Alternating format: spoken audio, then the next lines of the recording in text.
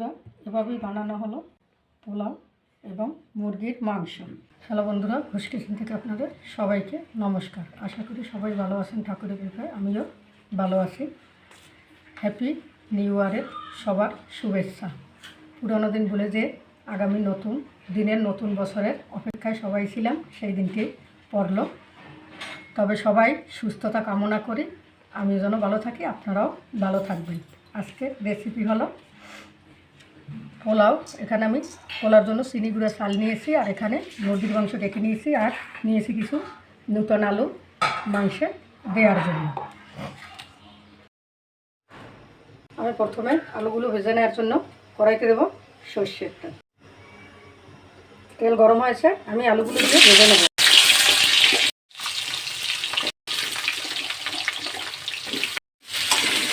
হলুদ লবণ ছাড়াই কিন্তু আমি আলুগুলো এমনি তেলে ভেজে নেব।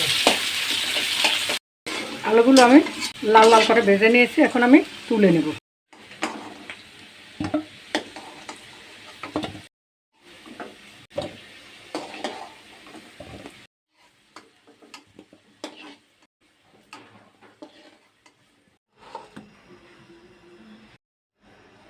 এখন মাংস রান্না করার জন্য আবার আমি কড়াইতে সর্ষের তেল দেব। 4-5টা তেজপাতা। এখানে নিয়েছি পেঁয়াজ এবং রসুন কুচি, আমি এখন তেলে দিয়ে ভেজে নেব। পেঁয়াজ রসুন আমি লাল লাল করে ভেজে নেব।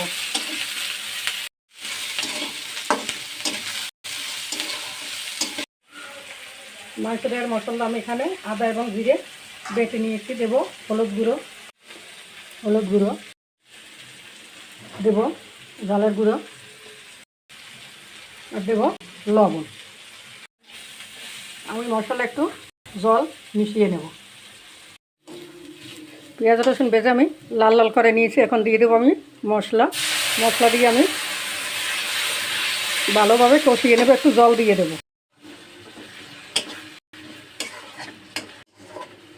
মশলা কষানো হয়ে গেছে, এখন আমি দিয়ে দেব মাংস দিয়েও আমি ভালোভাবে কষিয়ে নেব।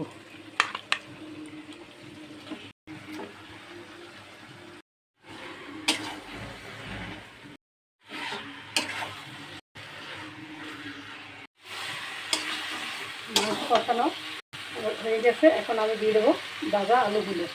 এই ভাজা আলু দিয়েও আমি আবারও কিছুক্ষণ কষিয়ে নেব।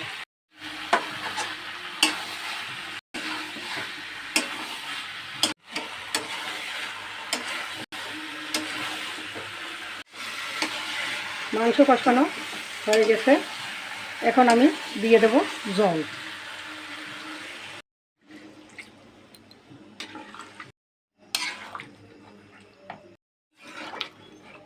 মাংস জল দেওয়া হয়ে গেছে।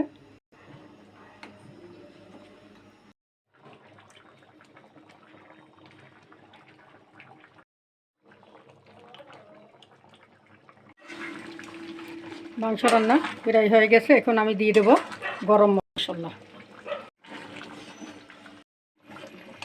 এখন আমি মাংস নামিয়ে নেব। এখন দেব পোলাওর জন্য আমি 1 বোতল দেব সয়াবিন তেল। তেল গরম হয়েছে, দিয়ে দেব কয়েকটা তেজপাতা, আর দিয়ে দেব বাদাম। আমি বাদামগুলো এই তেলেই ভেজে নেব।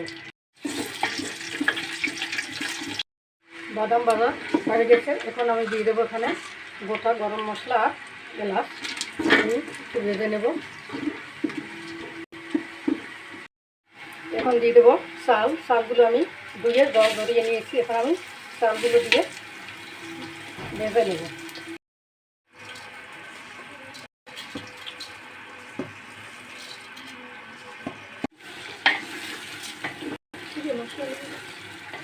এখানে আমি আদা এবং জিরা বেটে নিয়েছি, দিয়ে দেব এই মশলাটা।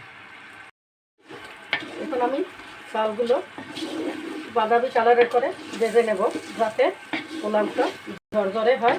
সেই জন্য চালটা যত ভাজা দেবে ততই কিন্তু পোলাওটা ঝরঝরে হবে। চালগুলো আমি বাদামি কালারের করে ভেজে নিয়েছি, দেখুন একদম পুরো ঝরঝরা। এখানে আমি জল গরমে দিয়েছি, জল ফুটেছে, এখন আমি এই জল চালিয়ে ঢেলে দেব। এবং এখানে আমি এই 4 গ্লাস চাল নিয়েছি আর জল দিয়েছি 8 গ্লাস, কারণ অর্ধেকে বেশিটা জল। এখন আমি ফুটন্ত জলগুলো চালে ঢেলে দেব।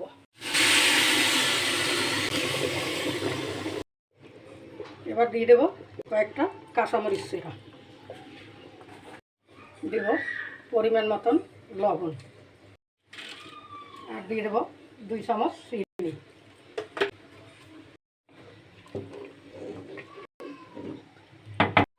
এখন আমি ঢেকে দেব এবং জালটা অনেক অল্প করে দেব। এখন দিয়ে দেবো কয়েকটা কিশমিশ, আমি কিশমিশগুলো ধুয়ে নিয়েছি। আর দিয়ে দেব 1 কাপ দুধ, তবে দুধগুলো কিন্তু এই পোলার জল মাপার।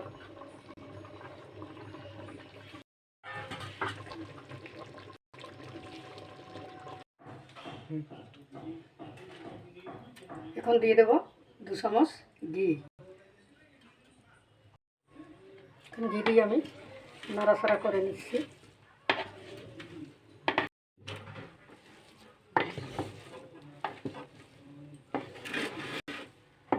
এখন আমি 5 মিনিটের মতন আবারও দমে দিয়ে রাখবো। বন্ধুরা, এভাবেই বানানো হলো পোলাও এবং মুরগির মাংস। তবে দেখুন পোলাওটা কিন্তু অনেকটাই ঝরঝরা হয়েছে, খেতেও কিন্তু খুবই ভালোই লাগবে।